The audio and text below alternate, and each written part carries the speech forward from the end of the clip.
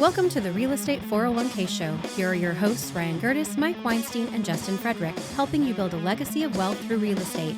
Powered by the Real Estate 401k Group at West USA and the Frederick team with Fairway Mortgage and MLS number 625918. Welcome back to the Real Estate 401k Show. I'm your host, Mike Weinstein, alongside my partner, Ryan Gerdes, and Justin Frederick is not with us today. Let's just talk some shit about him. Can we just talk smack about him? How long is our program today? Like we miss you, buddy. Well, if you've ever dreamed and ever thought it was a good idea, and I'm not saying it's a bad idea, but if you ever dreamed about buying a house and living in a house owned by a major league baseball player, and I mean an all-star baseball player, you now have the opportunity, and Ryan and I will help you with this transaction. But former MLB All-Star Justin Upton has just listed his Flagstaff Estate. It is overlooking Pine Canyon Golf Course. It's got 5 bedrooms, 4.5 bathrooms, over 4,700 square feet, 10-minute drive from downtown Flagstaff, only for $5 million. Well, and speaking of Justin and golf, so if I know you guys have all watched the podcast religiously, and so if you can't tell by Justin's stature, that guy is a beast. All right, and so if you go out and you play golf with this, and we're talking about our Justin, not the baseball league Justin. Yeah. I'm talking about Justin Frederick. That guy can launch a golf ball. Yes, he can.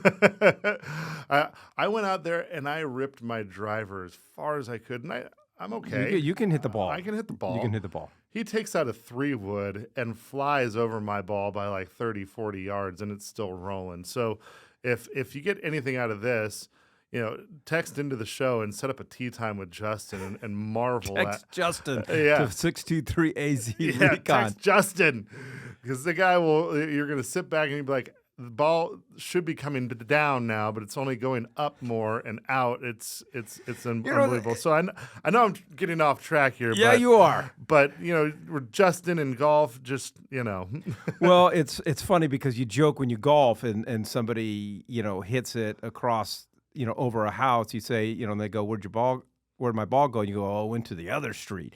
Well, when Justin Frederick hits some of these out of bounds, they literally go to the other street. Yeah, they're like two streets gone. In. Yeah. Well, anyways, we're not here to talk about baseball and Justin Upton, but if you are interested in this $5 million estate owned by Justin Upton, famous Major League Baseball player, for $5 million, we will help you with it. But the HOA is only $225 a month. That's the part that kind of got. You're not finding very many, especially in a golf course community. In Flagstaff. That's actually a hell of a deal. All right, so 7 things the middle class won't be able to afford in the next 5 years. Justin Upton's home? Justin Upton's home is one of them. I can't afford Justin Upton's home right now.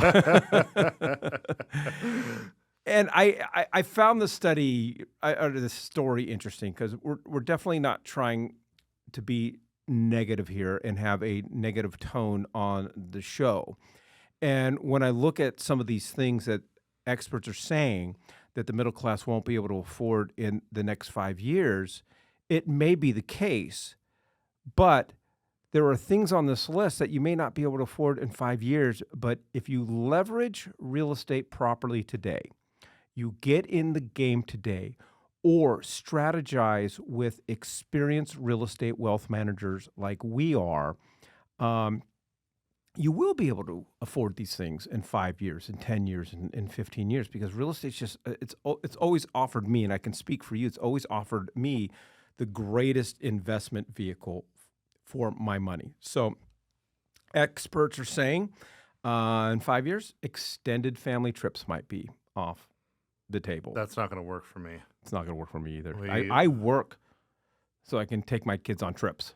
I don't do new. Well, my vehicle now is only a new vehicle because COVID is when I bought it, and used vehicles were 50% more than new, so forced me to buy new. All these other things, I don't I don't know if you know this about me, but I don't drive fancy cars. I don't No. wear expensive jewelry.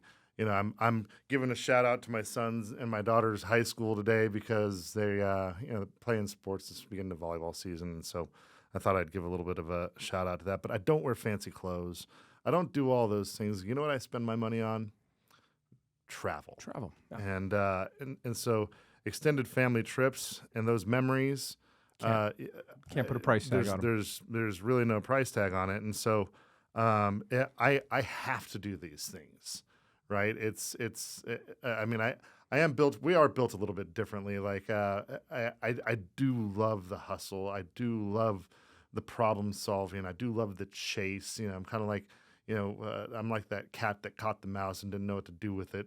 So I just go on and I find another one. It's just kind of how I've always been. But I don't do all this for the money. I do it for the memories that I can have with my families and my family, and that's these extended family trips. And it's going to be heartbreaking to see a lot of people not be able to experience that, because really what we're talking about here is not very complex. There's some simple building blocks that you need to bring into your household, right? And then you're going, and whether it be, obviously we're talking about real estate, but whether it be real estate, whether it be stocks, whatever you're investing in, right? If you're living above your means, or you're putting yourself into hock with credit card debt, or you're doing all these things that are putting you behind, then there's some changes that need to come along, because you're not going to be able to have those memories if you keep those things up. And so we're instilling these simple building blocks into all of our new investors, and they're learning how to leverage money through real estate and have these opportunities. Yeah, it's interesting because going back to, I don't want to just spend the whole time talking about extended family trips, but my investments have allowed me to go on bigger and better extended family trips that I wouldn't normally have been able to afford had I just had my W-2 full-time, executive job. New cars is on the list as one of the things that I do agree with Dave Ramsey. Your situation during COVID in cars is a completely different. That's not the rule. It's it's not the the exception. rule. It's exactly. But he says you should never buy a new car. I can't remember the last time it was I bought a new car. Every car I've purchased in the last 10 years has been a certified pre-owned, and I'm getting $12,000, $15,000 off sticker price to get a car that's got 5,800 miles. I'll do it all day long. They're also saying private school tuition may be one of those things if you can afford it now. Yeah, it is just because my kids my oldest now is still in private school, and I cannot believe how much it has gone up. You need to be able to buy futures. Like, if I enroll my kid in a private school in 6th grade, and this is how much it costs, I need to be able to buy that tuition cost for the next 6 years. I'll buy it for my grandkids. I agree with you, and Arizona has struggled with education, and so it is very difficult for some people to find proper education for their children, and so charter schools or Montessori's or private, any of these types of private schools, they've been paramount to a lot of these kids' success, and who knows what would have happened if they didn't get the additional help or those resources that some private or public schools don't offer. I myself, I'm a public school product. So am I. But I think that there was a lot of bullets that I dodged, like a handful of the schools that I went through. I know I'm repping Sunny Slope today, but I went to Washington High School, and while I was there, it was solid. And then shortly thereafter, it kind of started dropping off, from what I understand. But anyhow, yeah, pretty much every school that you went to dropped off considerably. I did leave a little bit of a. All right. So another thing that's on this list, obviously, as we know, healthcare costs. I don't want to get into the politics of it, but the two things on this list that I want to spend a little bit of time on, because it's startling. They're saying, okay, they're putting home ownership and real estate on this list of things that the middle class won't be able to afford in the next 5 years. And when I take a look at the numbers, and I take a look at the projections, and I take a look at where we, at least here in Arizona, where we see real estate going, I see this as a legitimate possibility. Like, we can get to a point where middle class people won't be able to afford a home. And they also aren't going to be able to afford safe investments. So for us as real estate wealth managers, part of your investment portfolio in our minds and our opinions should include real estate. And so to me, this is a warning. Get in now. Buy as much as you can now. If you are renting or you've been on that fence of going, oh, I don't want to get in because of interest rates and this and that, I'm telling you, you might wake up one day and never be able to afford to get into real estate. We are still have a great opportunity for would-be investors and would-be first-time home buyers. But for first-time home buyers, it's going to continue to get out of reach for you. Yeah. If you're new or you're younger, you'd better and you don't want to do some like be an attorney or be a doctor or one of these high-paying fields. If you don't want to go down that path, then you better start thinking seriously about the money that you do have, right? And putting business behind it, because affordable home ownership is going away. Now we have an old fun saying here in Valley called "Drive till you qualify," and that is one thing that we have going on that a lot of these other major cities don't. Like when you look at L.A., you look at Portland, you look at Seattle, you look at Miami, you look at these other in New York City. I mean, they're all kind of landlocked, right? And while the traffic isn't getting any better here, we do have some pretty solid infrastructure. It is not uncommon if you live in New York City to have an hour and a half commute to and from work every single day. I would kill myself. Here, it's 15 minutes to a half hour, right, for most people. Well, if you're new, if you're not getting into home ownership, it's only going to get worse. If you're not getting into home ownership now, it's only going to get worse, and you're going to have to drive further away in order to have something that is going to suit your needs and get you to and from work. So I mean, we're seeing places on the map that have never even been really considered civilization back when I was a kid. They're bustling towns now. Buckeye. I mean, that was kind of like a joke. Oh, we go all the way out to Buckeye? What are you kidding me? Now, I mean, it's one of the fastest growing cities in the United States.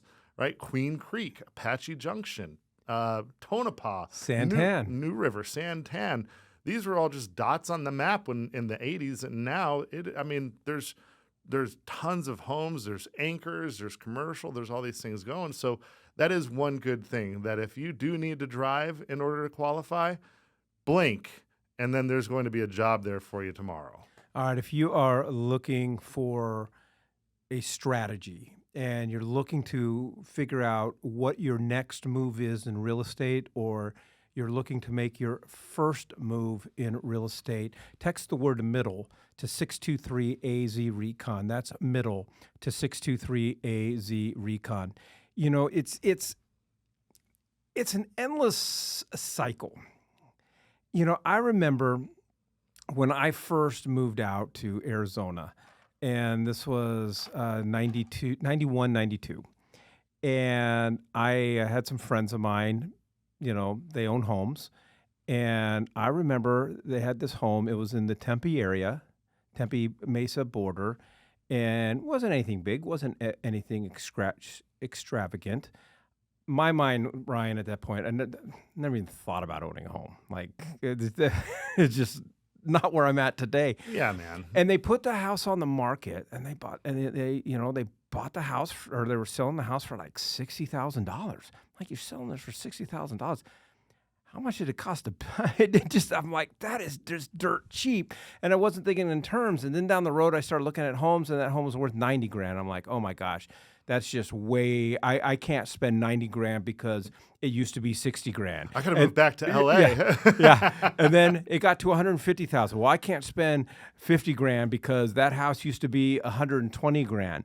And when you keep looking in the past, and you keep looking at those missed opportunities, it paralyzes you from moving forward. If I buy your house, and I'm confident that I'm going to make money on it, it does not matter how much money you've made on that house when you sell it to me. And sometimes we just get caught up in the past. It's so funny because it's probably one of the top 10 questions I get when somebody's considering making an offer on a property. And for me, it tells me either I didn't do my job or that someone wasn't listening, because at the end of the day, it doesn't matter what that person bought it for and what they sold it for, or how long they've owned it or anything like that. It matters what's going on in the market right now, right? And if it's a declining market, then you need to be a lot more bearish. If it's an inclining market, you need to be a lot more bullish. That's what your competitors are doing, right? And so as we continue to go down this path, if you get caught up in that, then all you're doing is throwing money away. You're doing the exact opposite of what you need to be doing in order to build your portfolio. And if you're buying real estate for personal purposes, then it's all the more reason, right? Because what if, I mean, you got to be empathetic to these situations. What if you bought a home for $1 million and then you found out that a year later it was worth 1.5, and you're like, I might sell it. And someone said, well, I'm not going to pay you $1.5 million. You've only owned it 1 year. Do you give a shit? No. That's the buyer's argument to you? No, right? So, because you know that the next person that comes along that isn't using that type of mindset is going to pay you the 1.5, and then guess what? 2 months later, it's going to be 1.6. And so if you're stuck there, getting stuck in that rut, it's just costing you money. And then that thought is, or the question is, well, how much more could this house possibly go up? Well, the house was at 60, then it was 90, and it was 150. I'm from LA. I can tell you that houses can continue to go up. But to this argument, or not to this argument, to this point, you can also get stuck in the interest rate rut. I can't buy today because I could have gotten an interest rate at 4.5%, or my friend got an interest rate of 3.5%. And that looking in the past on the interest, to me, interest rate is just a number. It's just one of the many numbers that you factor into when you're determining how much money you're going to make in real estate and on your portfolio. I mean, this is going to sound crazy, but the fact that interest rates went up over the past couple of years, I mean, obviously they're on a little bit of a decline now, which is a good thing. It helped us out a lot, because what that did is it just drove some prices of some neighborhoods down that became excellent investment opportunities. And the areas that were stubborn because they still had, very high demand and very low supply, they continue to go up regardless of the interest rate inclining. And so we were holding on to our ones that were in great areas and still staying stubborn on the value, and picking up the ones that were victim to the folks in there that were saying, hey, look, I'm not gonna pay that price anymore. And so we've been able to go in and pick some of those up, and we're already starting to see returns. Well, the middle class today is not what it used to be. I think it's a fair assessment. Sure. And I think the middle class 5 years from now is not going to be what it is today. And this is definitely not a scarcity tactic. We are not fear mongers. But we are saying is if you wait, some of these opportunities today are not going to be there in 5 years from now. And so we would love to sit down with you. Would love to have a strategy discussion with you, talk about real estate, talk about your goals, and help you build a plan to see how real estate can fit into those goals and help you build wealth in real estate. All you got to do is text the word middle to 623-AZ-RECON. That's middle to 623-AZ-RECON. Thank you for joining us on the Real Estate 401k Show. If you want more information on how to build wealth, click on the link or text us at 623-297-3266. That's 623-AZ-RECON.